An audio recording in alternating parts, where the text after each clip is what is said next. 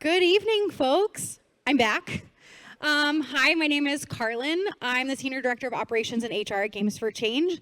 I'm so excited. Our final speaker of the day is the fantastic Cameron Kostopoulos. Cameron is an award-winning multimedia director who combines intimacy with technology to create deeply transformative moments. They will explore how immersive tech can ignite conversations, foster empathy, and drive lasting change. But it's not all smooth sailing. Immersive media also raises serious ethical questions. They'll delve into XR's impact on empathy, inclusion, and change-making using the award-winning experience Body of Mine as our case study. Please welcome to the stage, Cameron.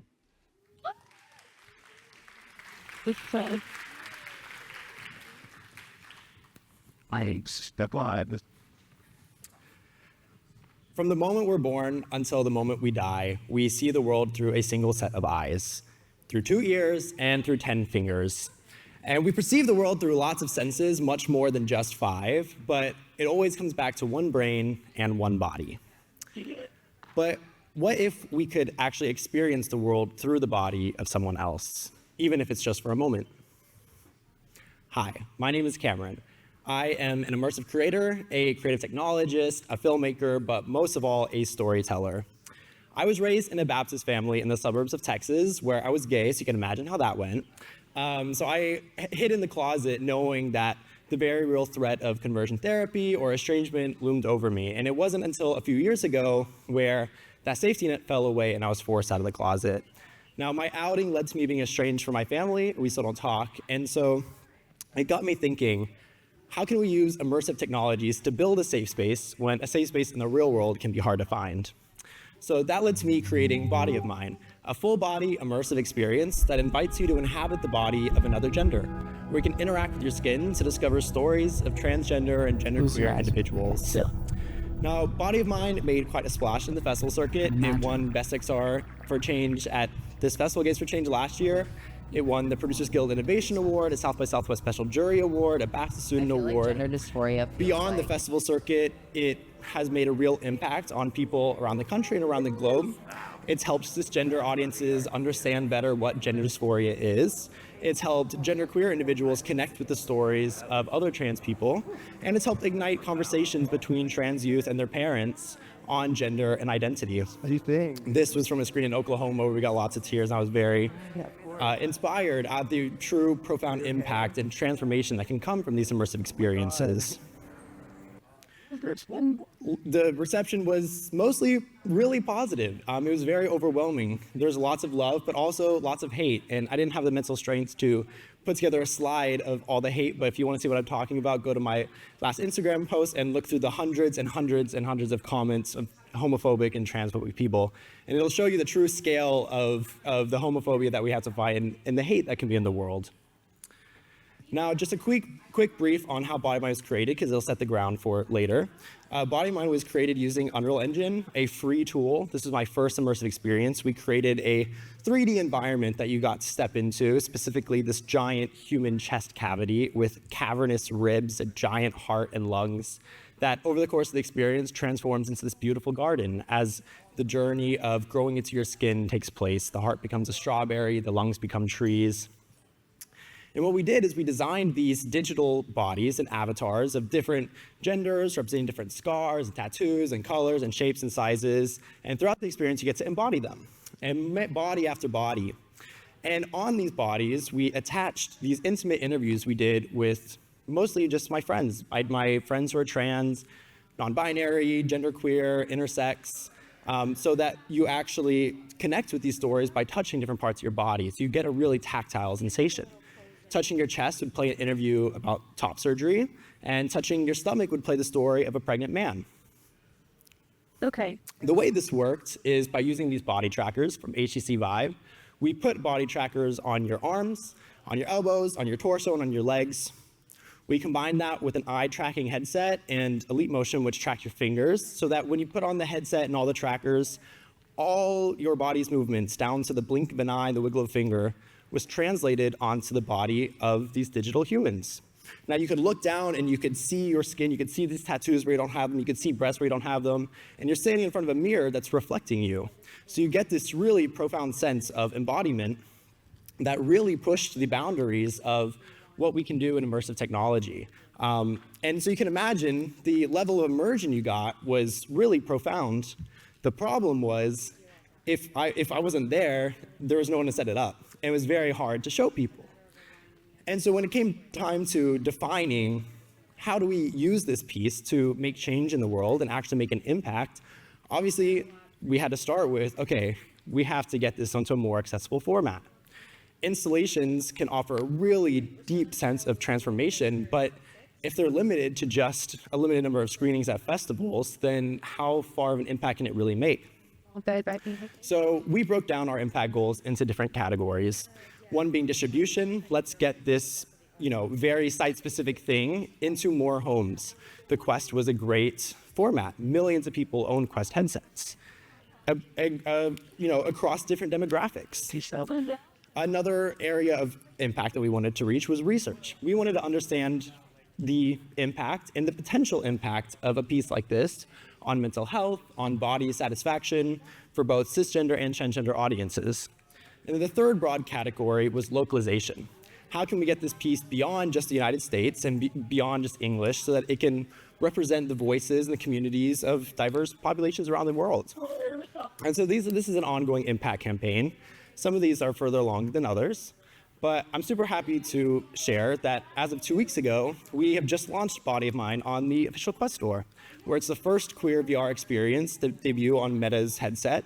And it's also one of the first to use this innovative new motion capture technology that uses AI-powered legs to allow you to have this full body transformative experience with just a headset.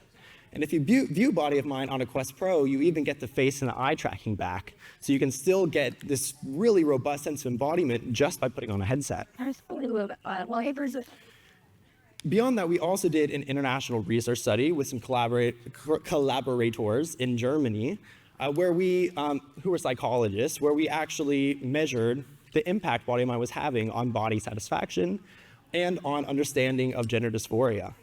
And so this study is undergoing the peer review process. It's soon to be published in the journal Media and Communications, but I wanted to share some preliminary findings because I find it quite interesting. So the way this worked is we used these instruments that have been well documented and researched to get people's measure of body image before and after the experience. And what we found, and this population was mostly people off the street. We did this in like a public screening in Frankfurt, Germany, mostly people who had not done VR before, and a lot of people who didn't know what cisgender was when we asked their gender. So it was a good sense of getting beyond just the festival circuit or beyond this community and seeing just kind of people coming off the street, what kind of impact is it having. And what we found is that people's sense of body acceptance actually went up coming out of Body of Mine, while rates of body dissatisfaction went down. People were feeling better about themselves.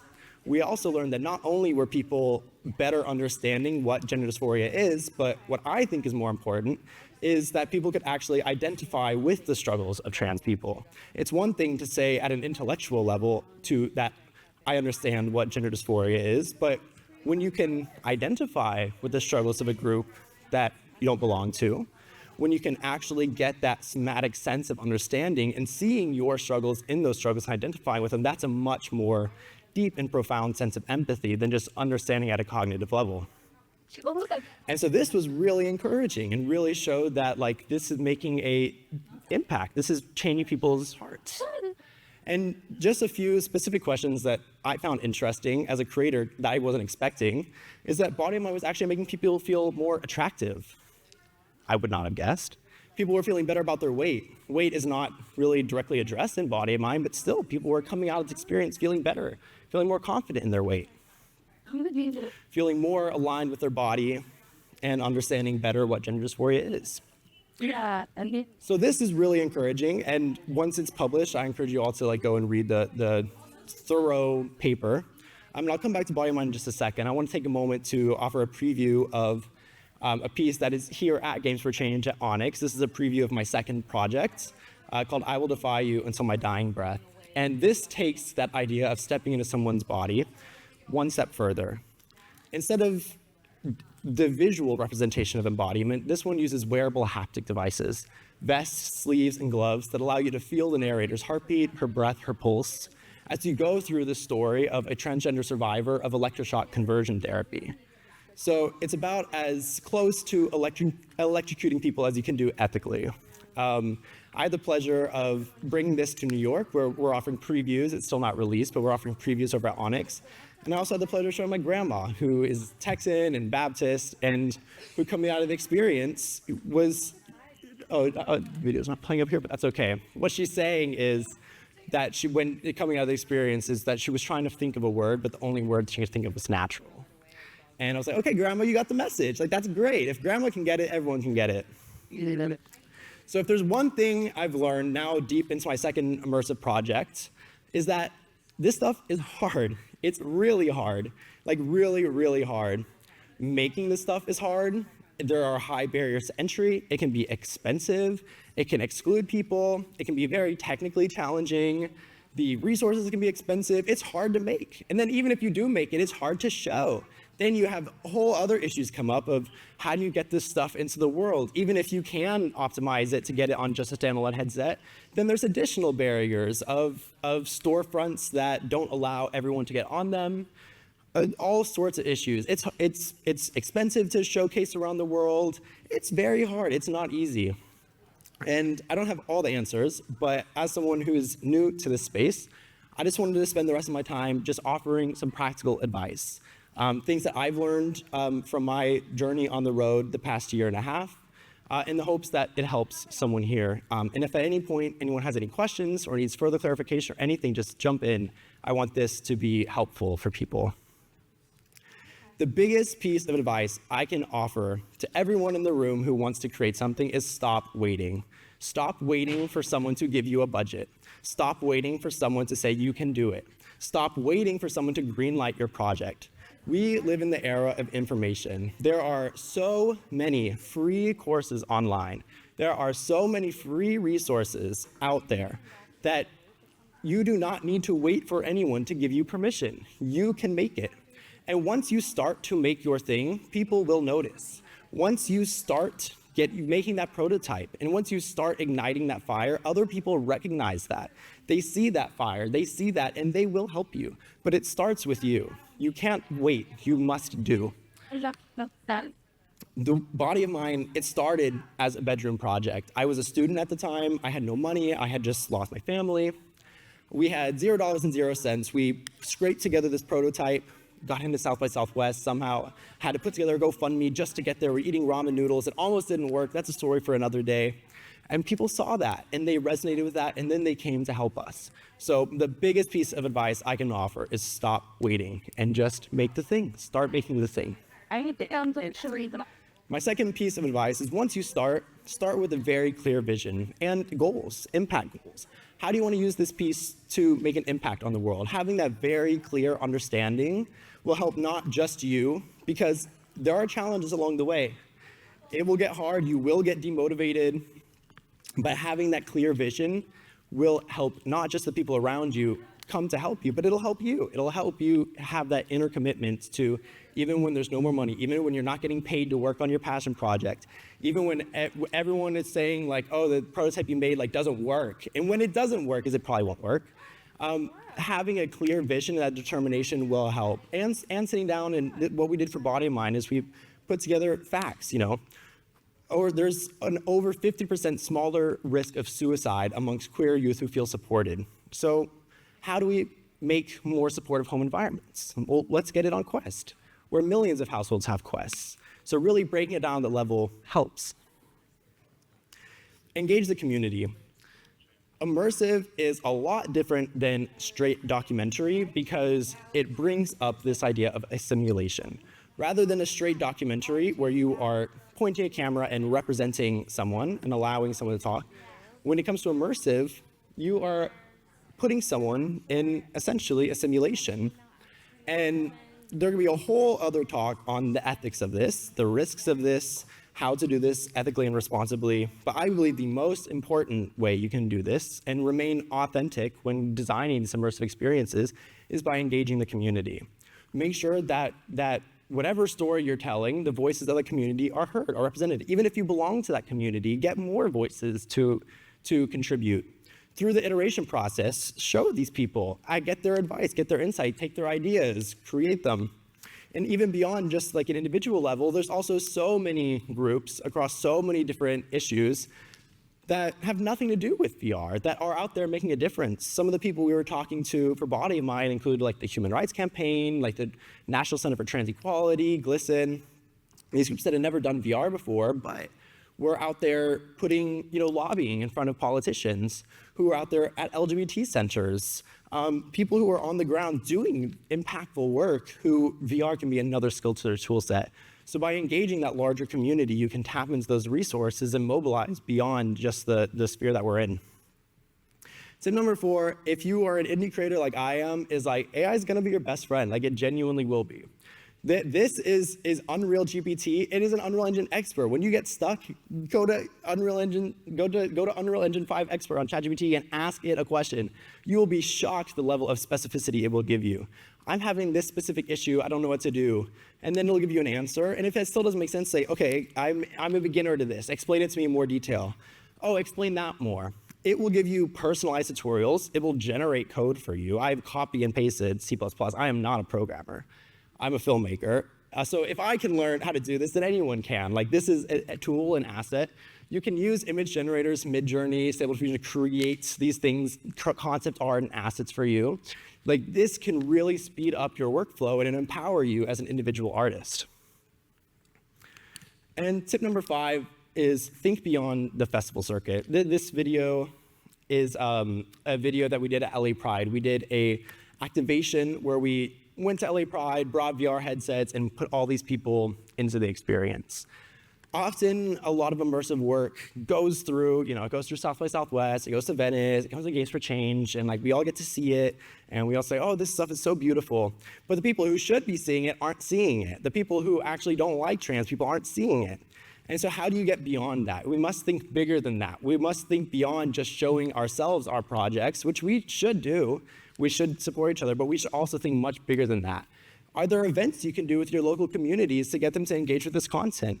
Can you make an adaptation of your thing that goes on mainstream headsets so that people beyond where you're at can experience it? When you do that, are there other materials you can package with it? Is there like a link tree you can make that has like resources to learn more, educational things, workshop materials so that you can support a supportive and constructive conversation? It's not just enough just to sit around and watch each other's stuff. We got to take it further into the world. Iterate, iterate, iterate. VR is not like film where you shoot something once and you edit together and put it out there. VR is designed to be modular and procedural. You are going to build and delete and rebuild and delete and build and keep rebuilding your thing. And that is like the beauty of it. That is how you can make things really impactful, is by making something, showing someone, having a community event, doing like previews like we're doing here, inviting people to give their feedback and taking that feedback and iterate, iterate, iterate. And not being discouraged if you don't like how it looks like halfway through, because guess you can always rebuild it. You literally can. Like what all VR is a commitment to your vision that you set out for yourself, and then rebuilding and rebuilding and rebuilding and rebuilding. Your final thing might not look anything like your beginning thing, but that is like the magic of it. And then my last tip that I can give you is that the technology is cool. It can do really cool things, but people aren't impacted by technology. They're impacted by a story. And it's very easy to get caught up with the technology. And it's very easy to fall down these rabbit holes of using technology, of hitting roadblocks. But at the end of the day, beyond that, the technology is just a tool to help you tell your story. Make a commitment to the story, to that emotional realism of the piece, and allow the technology to support that. But don't get caught up on it. It doesn't need to be perfect. With Body of Mind, we had so many issues with the body tracking. So many issues, and that's just because that's how technology is. So rather than fighting it, we embraced it. We allowed those imperfections and the fact that you might stick your hand out and it might be, a few inches off from where your real hand is. We embraced that, and it became part of the experience, and it became this metaphor for dysphoria and not feeling one with your body. Where there are limitations, there are also opportunities. You can do really innovative things. So don't let the technology be a barrier. Focus on the story and be a storyteller. And that's the advice I have for you. Go download Body of Mind. It's now on Quest. If you have any questions, I'll be hanging out outside after. I'm happy to give any more advice. And I hope that I get to see so many more impactful, immersive experiences from this crowd. So thank you.